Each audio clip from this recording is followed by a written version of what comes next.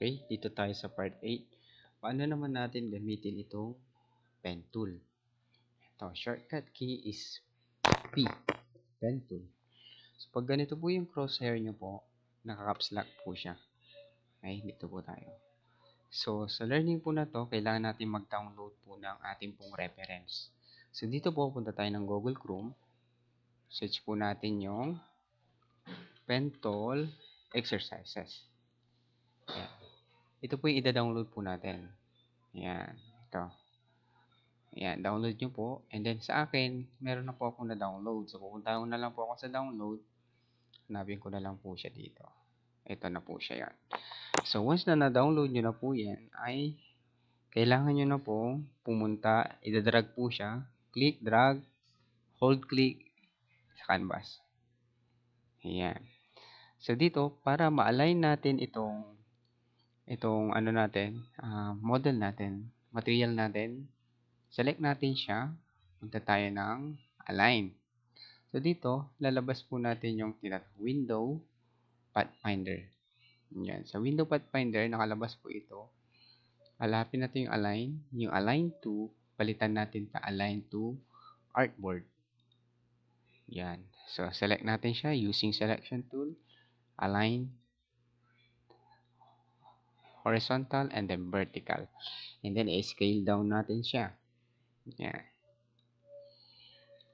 Yan. Once na-scale down na, ito na siya ngayon. So, next na gagawin natin, ilalak natin siya. So, paggamit kasi ng pen tool yung gagawin natin. So, kailangan natin ng reference. Select. And then, control 2 to lock. Ayan. Alright. Para masundan natin siya. Tayo ng pen tool. Shortcut key is P. Ayan. So, nandito na tayo ngayon. Next, kailangan natin i-disable yung fill color. Ayan. Okay, pwede na tayong gumawa. Kasi kapag may fill color, hindi natin makikita yung tinitrace natin. So, titrace natin siya. Dito, dahil straight line, click mo lang dito. Itong point na to. 1, 2, 3, 4, 5, 6, 7. Yan, ito yung mga point na susundan natin. Click ko muna dito. Umpisan ko dito. Click. Ayan. And then click. Then click. Click. Then click. Click. Click. And then click. Ayan. So, ito lang yung close shape natin. Madali lang sundan. Next part. Dito naman tayo.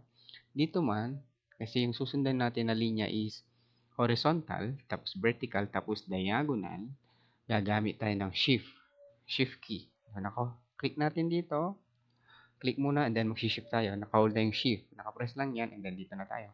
Click, click, click yan. Naka-hold lang yung shift. Madali lang siya sundan.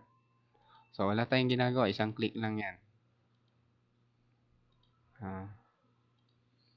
Yan, click, click.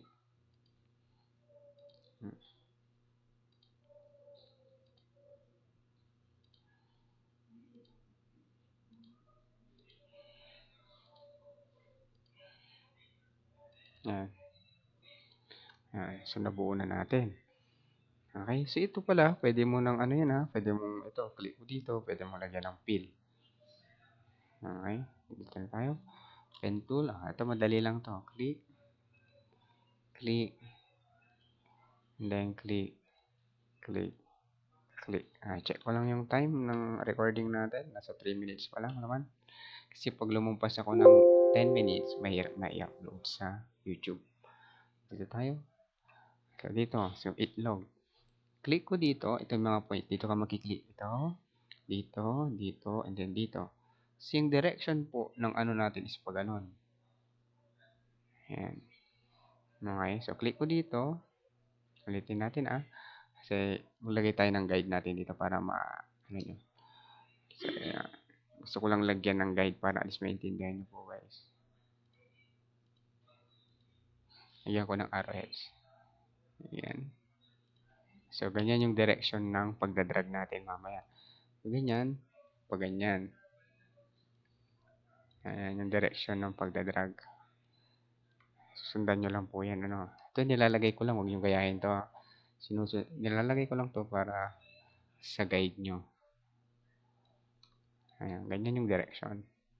Yung flow ng pagdadrag. So, punta tayo sa pen tool. Click ko dito sa gitna. Ito.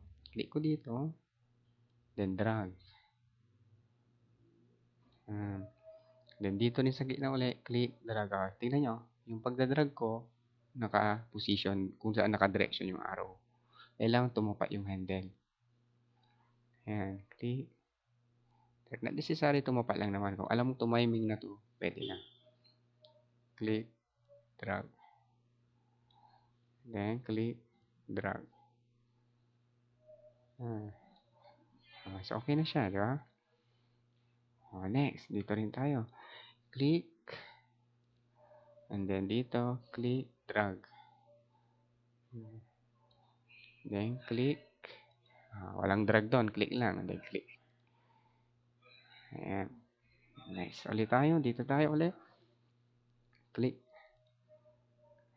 Click.